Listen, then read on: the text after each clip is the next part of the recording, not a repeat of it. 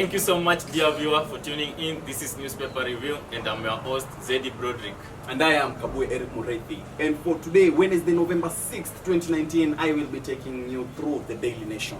I'll be taking you through the Standard. And to start with, the headline for today is, "We've destroyed Kenya," says Uhuru's MP.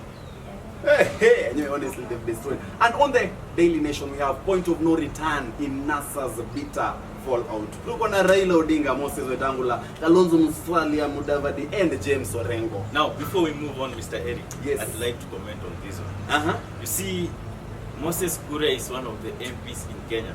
Yes. And they're the people that are making the laws for this country. Ukweli. Now, when he's the first person to say that we are destroying our country, and he was there making the laws when you were borrowing, they approved them, such kind of things. So they're the ones who are destroying our country. They're the people who are destroying our country. And leading to some other things, e.g. the worst, as maybe we can say, unemployment. Yet they're there busy on how they're going to get loans and everything. For me, I will also agree that before we destroy the country, they've already destroyed us. Yeah, sure. So, no, not about Mr. Zedi. Yes. Still over here, Mike Sonko, Governor Nairobi, Mike Sonko's chaotic death at the EACC. East African corruption. Okay, we're not saying you're corrupt, but this is the second time. We are still waiting for them to finish all the investigations and we will know. So, now, there was this interesting part that these guys that were there to be tear gassed on by the police, the supporters of Mr. Sonko. Mike Sonko, yeah. Now, I was wondering if these people squandered this money with Sonko, now they are dying with him. You get the sense? So, you want to say that these guys who are taken around 10, as even the paper is saying, so they're also corrupt? Or they're under investigation? Personally, what I think, you can't die with somebody if you didn't participate with him. If you didn't eat the money with him, you want to be there for him. So you agree money was eaten? Yeah, I think. Moving to our second page, Governor Sonko was grilled by the EACC yesterday. And now, one of the reasons was that Governor Sonko was jailed back in 1997. And the EACC is accusing Governor Sonko, the good governor, if I may say. Nairobi's governor! That he escaped prison in 1997. And now, as per the constitution, for one to vie, you must be cleared by the court. Very true. Okay, that your actions are good. Sure. But here comes a case whereby Mr. Sonko is accused of that he escaped prison. You get the point? Governor. And now there are these good people that decided to die with the governor. So, what do you mean by dying with the governor? There were some tear gas that were thrown to them.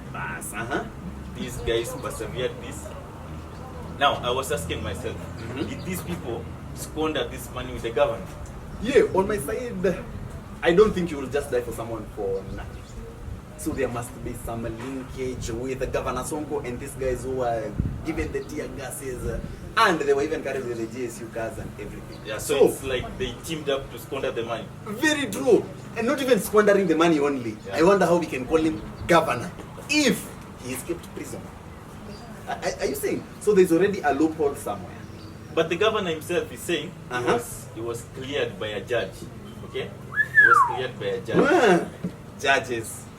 And again, for you to vie, you must be cleared by the IEBC, of which you said he was cleared. So you get this. We can't vary things. Very true. And again, you can't even be a governor if you don't have your fingerprints removed, and that is only done in Kiambu CID. Yani, you can't even fly if you. That's a good one. So, who? Kinoti. We don't know if he was involved kwa sababu Kinoti Sonko has been. But how did Sonko become governor? Okay, let's take it from step one. You want to become a governor, you have to take your papers for credentials, you have to go be confirmed, and Kiambu CID, they just have to rubber stamp that you are clean in the system. So if he was prisoned, then escaped, what does that mean? Somebody somewhere doctored the documents. Maybe the 10 who want to die with him. Yeah, let's move to the next page. Now the next page is a shocking one. Maraga tells Uru that NIC, the National Intelligence Service, on judges' report, the president refused, he did not approve the judges that were appointed by the Judicial Service Commission. Very true. Now, Maraga was saying the judges that they appointed were the good judges, and the president, the least he can do is to approve. But Maraga, who is Maraga? Yani Maraga, you know he's the CJ, Sindio? Yeah, it's the CJ. But look at it this way. What's the work of the CJ? Are you seeing it that way? Then who is Uhuru? He's above the law. He's excellent. No. Sindio. Let's look at it this way, Sindio. You've used the the wrong president. term. He's above the law. No one is above the law. Maraga telling Uhuru on what they decided. This is Maraga's docket. Maraga is under Uhuru. Sindio. Then why the loophole? Why are they victimizing Maraga? Why are they even taking away his escort, his motorcade and everything? Bearing in mind that it's an arm that is already in the government. Sindio? Yeah. They are there to make amend and everything. Sindio? So I'm wondering, who is on the wrong? We all know what is still in the headlines, but we thank God, campaigns in, campaigns out. Zinaelekea kuisha. Kibra. 2 more days. We thank God campaigns ended. But now 2 more days and those who will be at the ballot box will be there. Voters, kindly let's vote. But we're still preaching peace. Vicious was in Kibra campaign sound death knell for NASA. Yani, what would you say about Kibra? For NASA particularly, I think this is the election that will make NASA cheaper choice. Because it's in Kibra that ANC, ODM and Amani are going to show who is brave and who is for the people. For Jubilee also. And Jubilee, but for the NASA people, as in the marriage that they had, I think they're going to divorce this time round. Because the person who will win this election will look down upon the other people. You get? Yes. Now, yes. on the same case of the NASA, when Mr. Raila Odinga went to campaign there's a term that he used, and Musalia Mudavadi, a member of NASA, criticized that statement. Now, the Prime Minister said that the Ukambani people, you remember he was accompanied by the Machakos governor, Alfred Mutua. Yes. And then now he was saying that the Ukambani people are like women. He compared the community with women.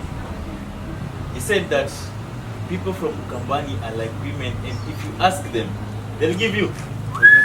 And that's a term that Mudavadi criticized. If it was another person, I think right now they will be making headlines on our television. But on this, the same matter, they are quiet. So wondering what's going on. They're applying double standard. Yeah, that's politics. But remember, it's still struck on the headlines. Point of no return in NASA's bitter fallout. Thanks for being tuned in and had decide. Just before we take the break, remember, point of no return in NASA's bitter fallout. Yes, what do you think about NASA? We thank God, elections in, politics in, but until after the break, thanks for being tuned.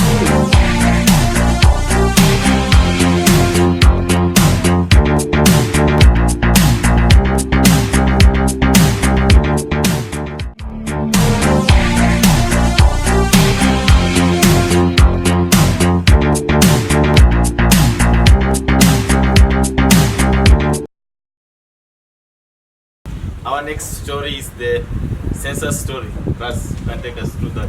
Yeah.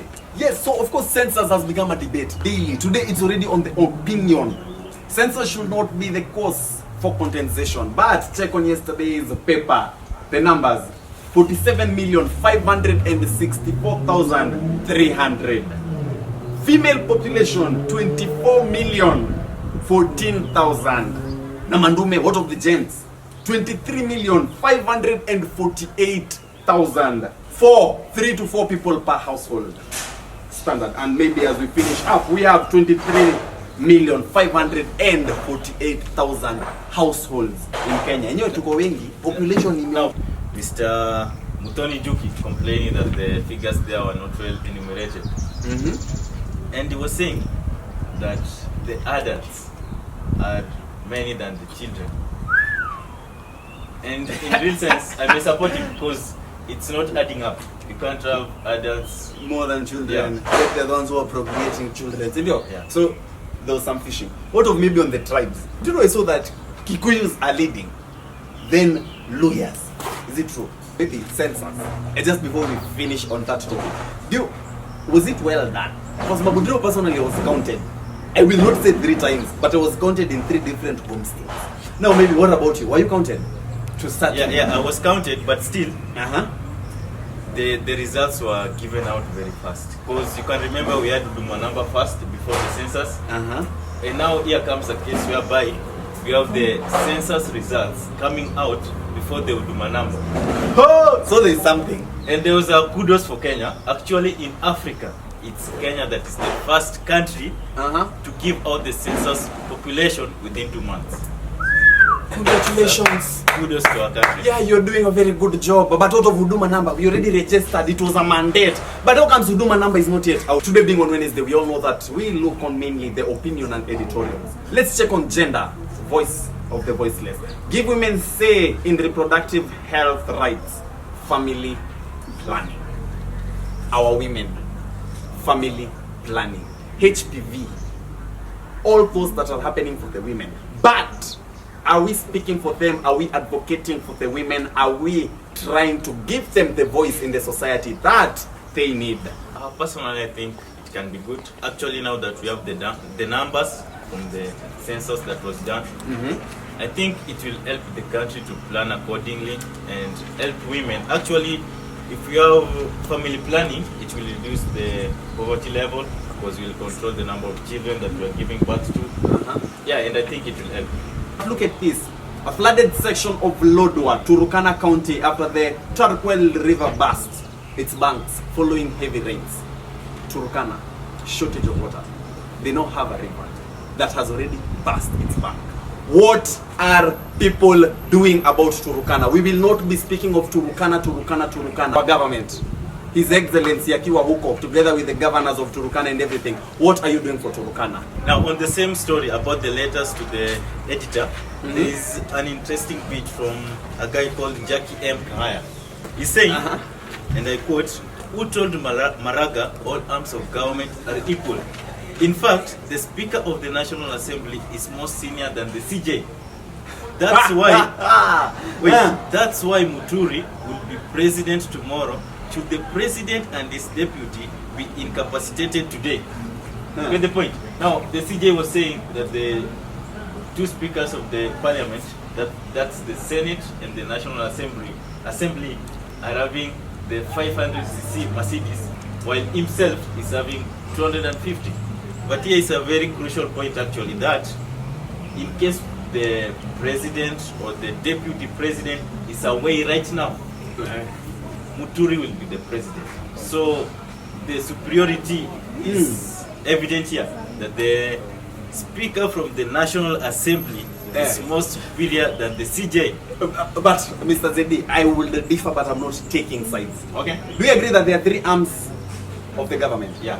Sure. For me, Judiciary, yes. legislature, and the parliament. And for me, maybe just to sum out the story for CJ. On my side, I believe the three, we cannot rank them, who is higher, who is lower. But the three are there for the voice of the voiceless.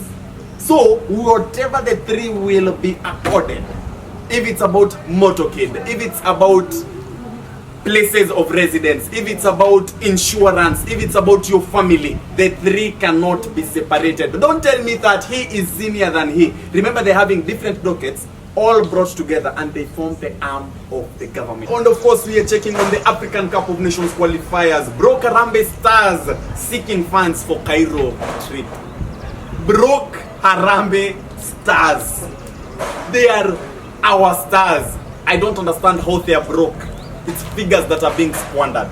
Then of course, Egypt swept over Ambad for Kenya tie. Just remember, I was Raswa Muthoni, your host. And I am Zedi Broderick. Tune in for the next show on Friday, 8th November. Seen a doctor in black, not seen a black pill for cure no black people.